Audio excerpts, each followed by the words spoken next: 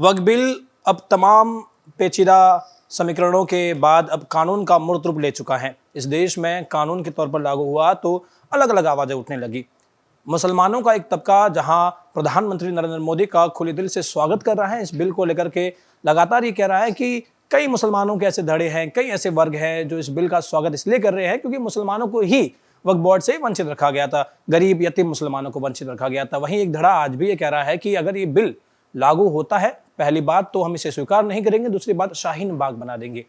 बड़ा गंभीर विषय है। आपको बता दो इस वक्त हमारे साथ जो महानुभाव मौजूद है ये किसी परिचय की मोहताज नहीं है, लेकिन फिर भी मैं आपको बता दूं कि एपी सर हमारे साथ मौजूद हैं। सर बहुत बहुत स्वागत है आपका। वक्फ बिल अब कानून का मूर्त रूप ले चुका है। जाहिर सी बात है, एक और जहां इसका समर्थन भी हो रहा है तो विरोध भी हो रहा है। जो समर्थन की जो स्वर है वो इतना कह रहे हैं कि हमें प्रधानमंत्री पर भरोसा है और हमें खासतौर पर पसमानदा मुसलमान हो गए, बोहरा मुसलमान हो गए, जो एक वर्ग है वो अगर हम स्वागत करते हैं क्योंकि हमें भी अभी तक वंचित रखा गया था। लेकिन एक बड़े स्तर पर एक तबका आज भी शाहीन बाग बनाने की बात करता है, इस देश के कानून को, संसद के कानून को नहीं मानने की बात करता है। क्या कहना चाहेंगे आप? जो इस देश का वो मुसलमान जो पंच वक्ती नमाजी है, जो माथे को सर से धरती माता को लगाता है, वो मुसलमान सबसे अधिक है। एक पॉलिटिकल मुसलमान जो राजनीति करता है, जिसकी राजनीति रोजी है, रोटी है, बेटी है, वो राजनीति में ही जीता है। और उन्हीं लोगों ने वक्फ की संपत्तियों को अवैध कब्जा करके अपनी निजी संपत्तियां बना लिया था। वो कह रहे हैं, वही विरोध कर रहे हैं। जो असली दलित, शोषित, पीड़ित, मजदूर, मजलूम वर्ग से मुसलमान था, जिसे वास्तव में देशभक्त है, जो वास्तव में भारत में रहता है, भारत की गाता है, भारत का खाता है, भारत में पीता सोता है और भारत माता की जय करता है, वो लोग विरोध कर रहे हैं जो देश की संसद में बैठते हैं, देश की संसद के पैसे से अपनी चाय पीते हैं। Vande Bharat train, flight, ticket, कोठी, बंगला, गाड़ी, बेडरूम, सब कुछ उनका देश के पैसे से चलता है, टैक्स के पैसे से चलता है। लेकिन जब सदन में भारत माता की जय बोलने की बात आती है तो भारत माता की जय नहीं करते, फिलिस्तीन जय बोलते हैं।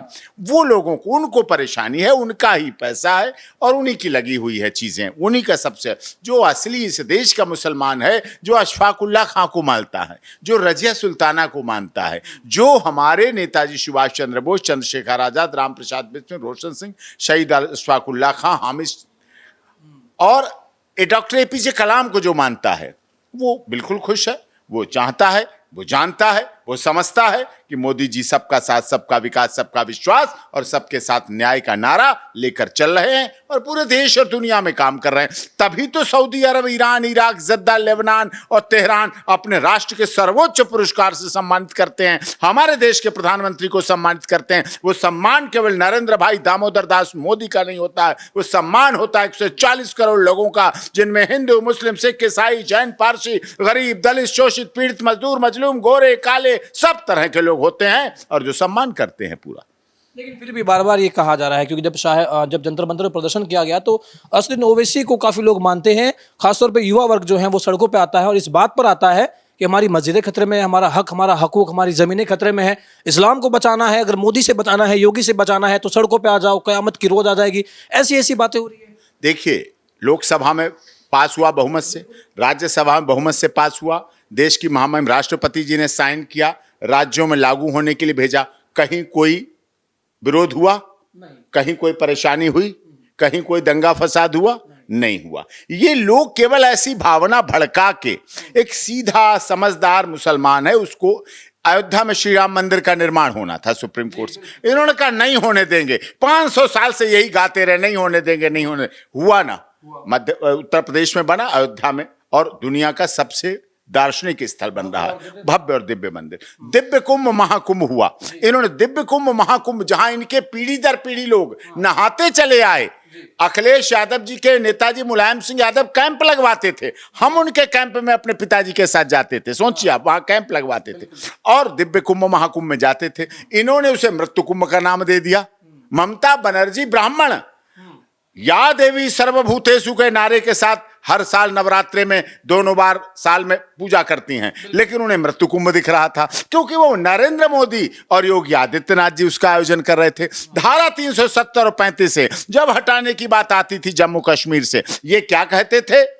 अगर 370 और 35 हटी, खून की नदियां बह जाएंगी। मक्खी नहीं मरी, 370 और 35 से हटी। आज कश्मीर में, आज लद्दाख में, आज लेह में, आज जम्मू और श्रीनगर में जो नदियां हैं, झीलें हैं, डल झील में आज शिकारा चल रहे हैं, फिर से हाउस बोट चल रहे हैं, राष्ट्रीय ध्वज लहराते हुए चल रहे हैं, भारत माता की जय के नारे के साथ।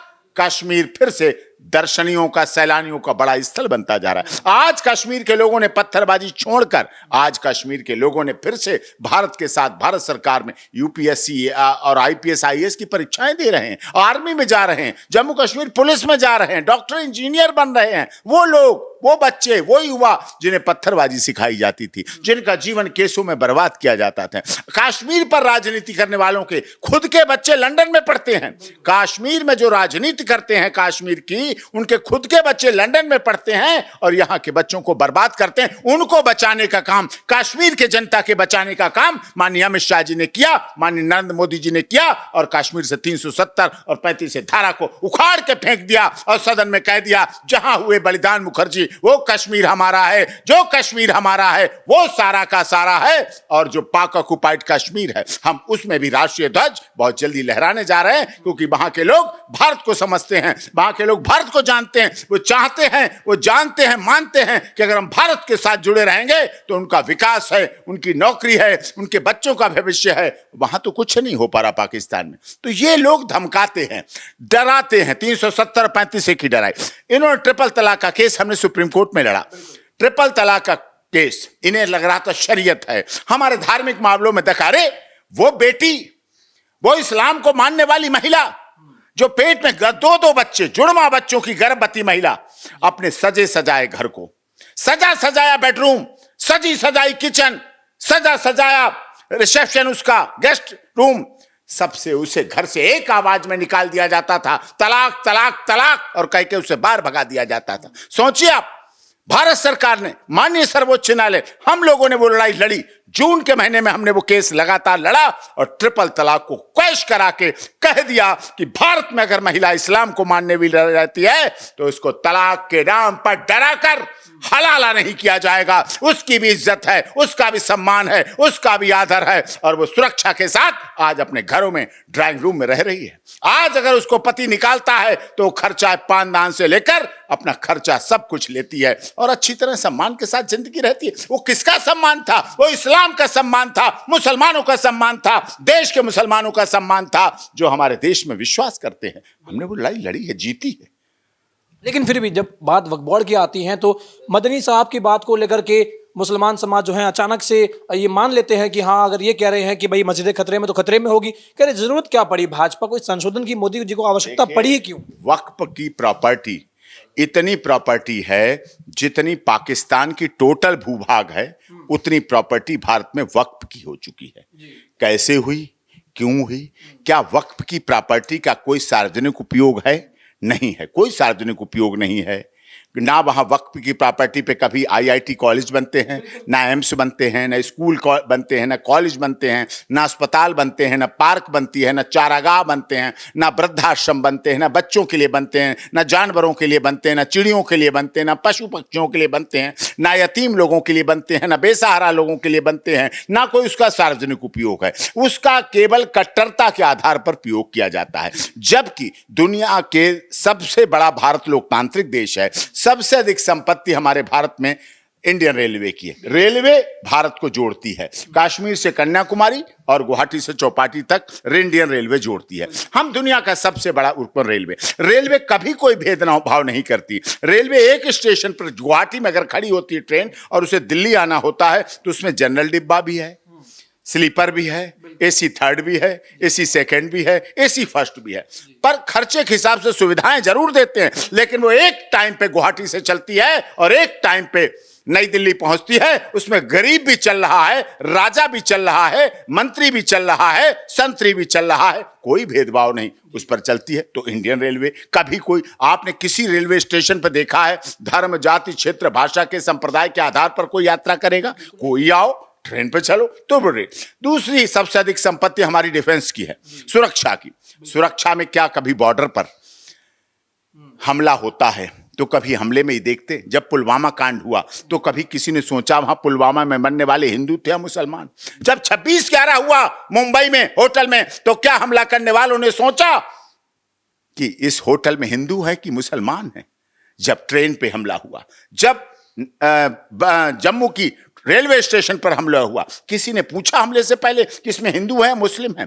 जब संसद पे हमला हुआ, किसी ने पूछा संसद में मुसलमान है कि नहीं है, कि हिंदू है कि सिख है कि जैन है पारसी? हमला हुआ। दिल्ली हाई कोर्ट में हमला हुआ तो बिना किसी धर्म को देखे हुए हमला हुआ। आतंकवादियों का धर्म ही हमला है, आतंकवादियों का धर्म ही दहशत फैलाना है भारत में। वो कोई धर्म नहीं देखते हैं।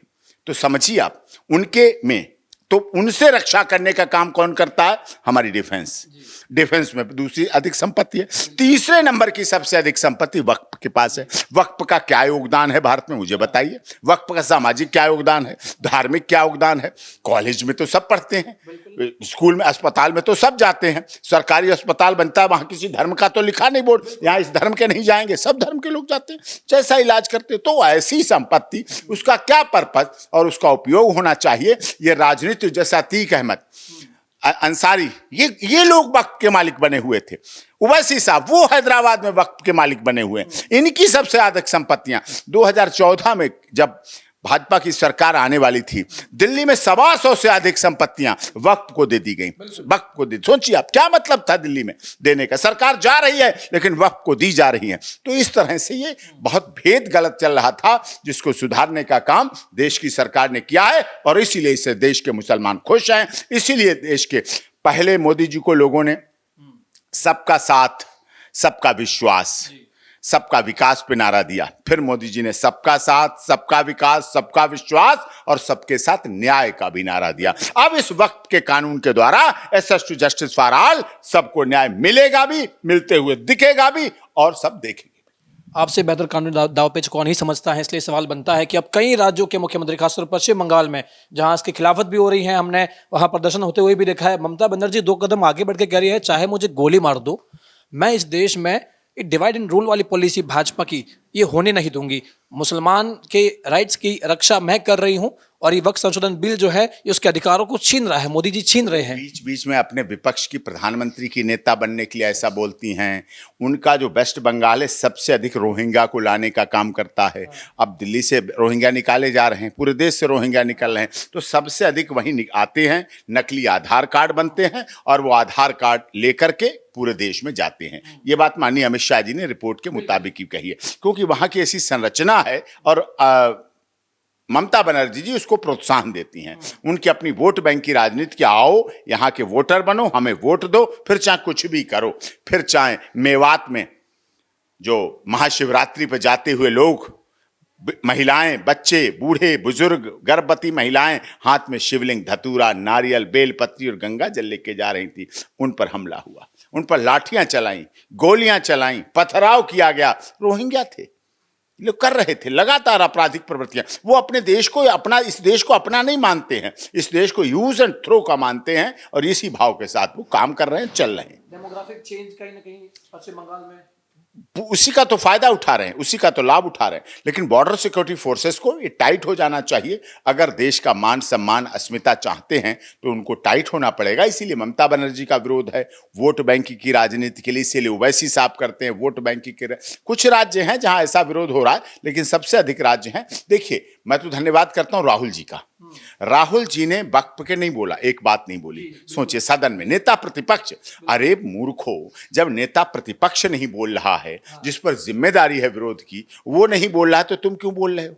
दूसरी बात, नेता प्रतिपक्ष की सगी बहन इंदिरा गांधी के पद चिन्हों पर इंदिरा गांधी का रूप प्रतिरूप प्रियंका गांधी जी, जो वक्त पे लोकसभा में चर्चा हो रही थी, जबकि लोकसभा में पहली बार चुनी गई, पहली बार आई, वो विदेश में घूम रही थी, वो थी भी नहीं सदन में। तो सोचिए ना, वो जानती हैं कि वक्फ का नया कानून बहुत अच्छा है, संशोधन अच्छा है। हाँ, क्योंकि राहुल गांधी ने जरूर वक्फ की संपत्तियों पर कब्जा नहीं किया। मैं ये कह सकता हूं, वो लाख उन्हें लोग पप्पू कहें, लेकिन ना राहुल गांधी जी ने किया है, ना प्रियंका जी ने किया, ना इन्हें कोई करने देगा, ना इनको कोई मौका मिलता है। ये जानते हैं वक्फ का दुरुपयोग हो रहा है। मनमोहन सिंह के समय दिल्ली में भी वक्फ का दुरुपयोग हुआ भी था और बड़े स्तर पर 123 प्रॉपर्टी जो है, प्रॉपर्टियां हुई, 123 प्रॉपर्टियां, बड़ी बड़ी प्रॉपर्टियां, मेन पीक, मतलब जहां अच्छी से अच्छी प्रॉपर्टी दिल्ली की हो सकती है, देश की राजधानी 123 प्रॉपर्टियां वक्फ को दी गई थी। सोचिए। यही कारण आप मानते हैं कि जो मौजूदा सरकार है ये कहती है कि ऐसे कई 2013 में जब कांग्रेस को ये एहसास हुआ कि अब सरकार जाने वाली है और मुस्लिम वोट बैंक को अब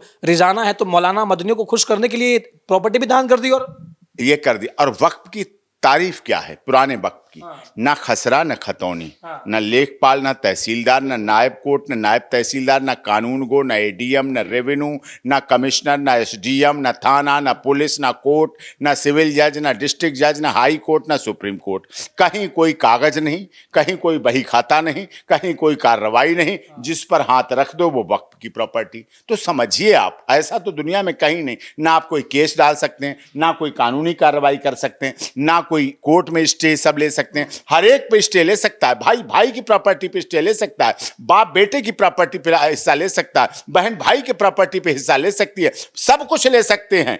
एक ब्लड के लोग कानून कोर्ट कचहरी में जा सकते हैं और कानूनी मदद ले सकते हैं, लेकिन वक्फ के कोई नहीं जा सकता, कोई कानूनी मदद नहीं ले सकता, कोई खसरा खतौनी नहीं, इंतखाब नहीं, किताब नहीं, बही खाता नहीं, कोई डिजिटल नहीं, कोई रेवेन्यू नहीं, कोई रिकॉर्ड नहीं। तो ये सबसे बड़ी अंधाधुंधी थी। जिस अंधाधुंधी को दूर करने का काम अब डीएम के हाथ में है। डीएम तो सबका है ना, डीएम तो हिंदू भी है, मुसलमान भी है, सिख भी है, जैन भी है, पारसी भी, ईसाई भी, सब तरह के डीएम है। और डीएम तो जिलाधिकारी होता है, वो तो ट्रांसफरेबल जॉब है। आधिकारिक प्रशासन मंत्री आते हैं जाते हैं, सत्ता आती है जाती है, सरकारें आती हैं जाती हैं, पक्ष आता है विपक्ष होता है, सब कुछ होता है। जिलाधिकारी तो वही रहता है, तो जिलाधिकारी के हाथ में दिया गया है, तो जिलाधिकारी उस पर न्याय करेगा। विश्वास रखिए, भरोसा रखिए। ये विश्वास और भरोसे की जो आप बात कर रहे हैं यही नहीं हो रहा है। कह रहे हैं कि वक्फ बाय गिजोर की परिभाषा बदल दी गई है भाजपा वालों ने, तो ये समस्या आ रही है। कह रही है कि हिंदू की उसमें उपस्थिति दर्ज करा दी है, गैर हिंदू हमारे ट्रस्ट में क्या करेगा, ये मुसलमानों का मजहबी मामला है, तो ये कह रहे असंवैधानिक है। आप किसी हिंदू की जमीन पे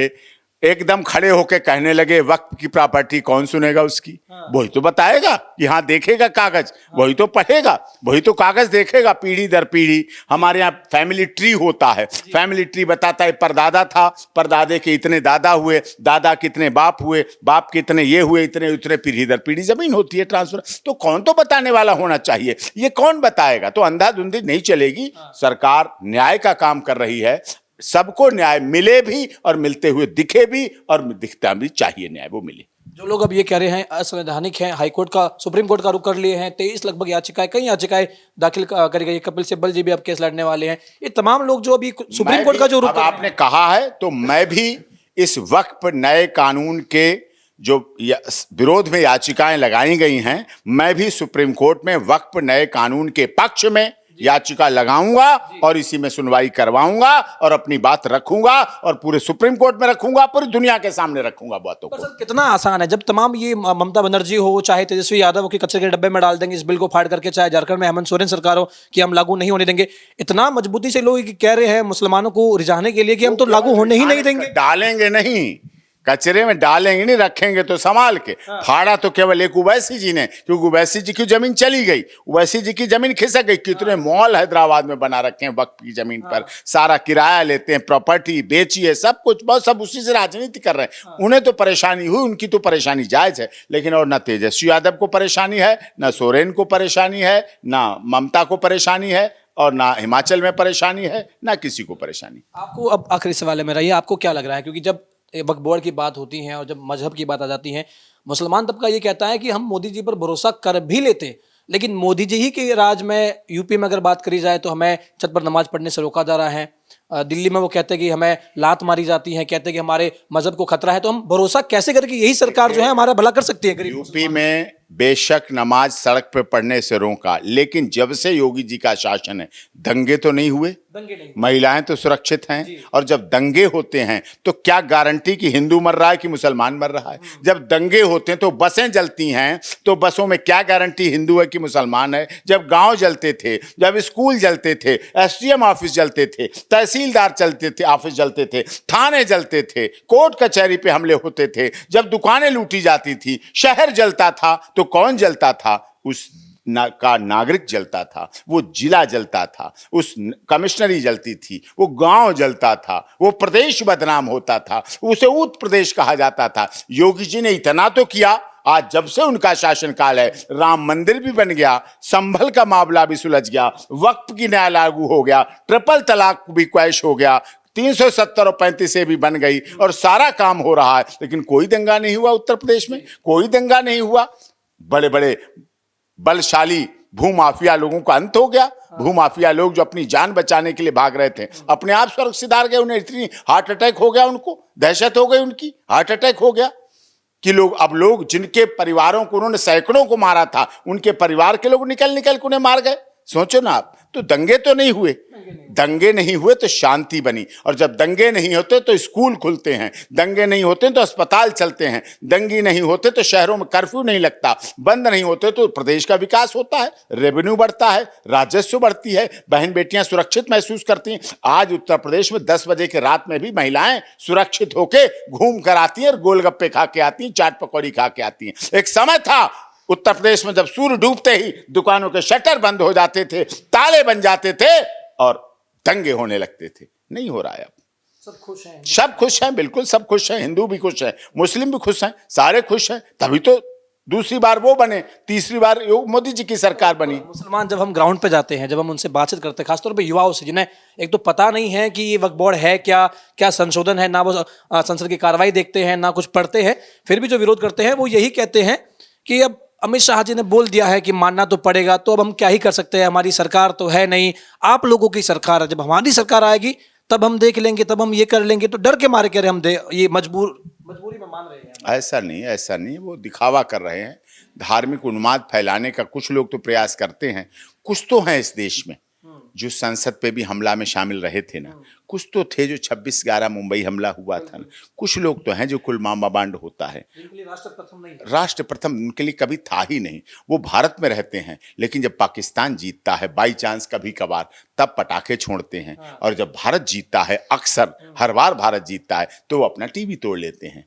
तो वो भारत में कुछ लोग तो ऐसे हैं जो हिंदुस्तान जिंदाबाद नहीं कहना चाहते, जो फलस्तीन वाले हैं, जो है तो भारत में तो संसद में बैठे हैं, क्या करोगा, भारत माता की जय नहीं करते हैं, हिंदुस्तान जिंदाबाद नहीं करते हैं। 5 वक्ती नमाज हैं, धरती माता को 5 बार नमन करते हैं, लेकिन भारत माता की जय, उस माता की जय नहीं करेंगे जिस पर माथा रगड़ रहे हैं। समझिए, अपनी अपनी संस्कृति है, अपनी अपनी सभ्यता है, अपनी सनातन धर्म की यही खूबसूरती है। सनातन धर्म सर्वजन हिताय, सर्वजन सुखाय, बहुजन हिताय, बहुजन सुखाय कहता है। सनातन धर्म सर्वधर्म संभाव कहता है। हमारी सर्वोच्च न्यायालय कहती है यतो धर्मस्ततो जय, जहां धर्म है वहां जीत है। ये हमारा है, हम विश्व के कल्याण की करते हैं भावना। हमारी अभी यहाँ हवन हुआ है पंचायत परिषद में, तो हवन में क्या बोला हमने, विश्व का कल्याण हो, प्राणियों का सद्भावना हो, सब प्राणियों में सद्भावना हो, धर्म की जीत हो, अधर्म का नाश हो। हम नहीं कहते हमारे घर का विकास हो, हमारा अपना कल्याण हो, हमारे परिवार का कल्याण, विश्व के कल्याण की भावना करते हैं। ये सनातन धर्म है। सनातन धर्म कि जब करवा चौथ की दिन आता है तो करवा चौथ का चांद देखकर करोड़ों पतियों की उम्र बढ़ जाती है, और ईद पे बकरीद पे करोड़ों बकरे हलाल कर देते हैं वो चांद देखकर। क्या करें, सब अपनी अपनी सभ्यता है, अलग अलग से। तो आपने एपी सर को सुना वक्फ बिल के मसले पर। कैमरामैन जितन के साथ यशपाल राजपुरोहित, द न्यूज़पेपर।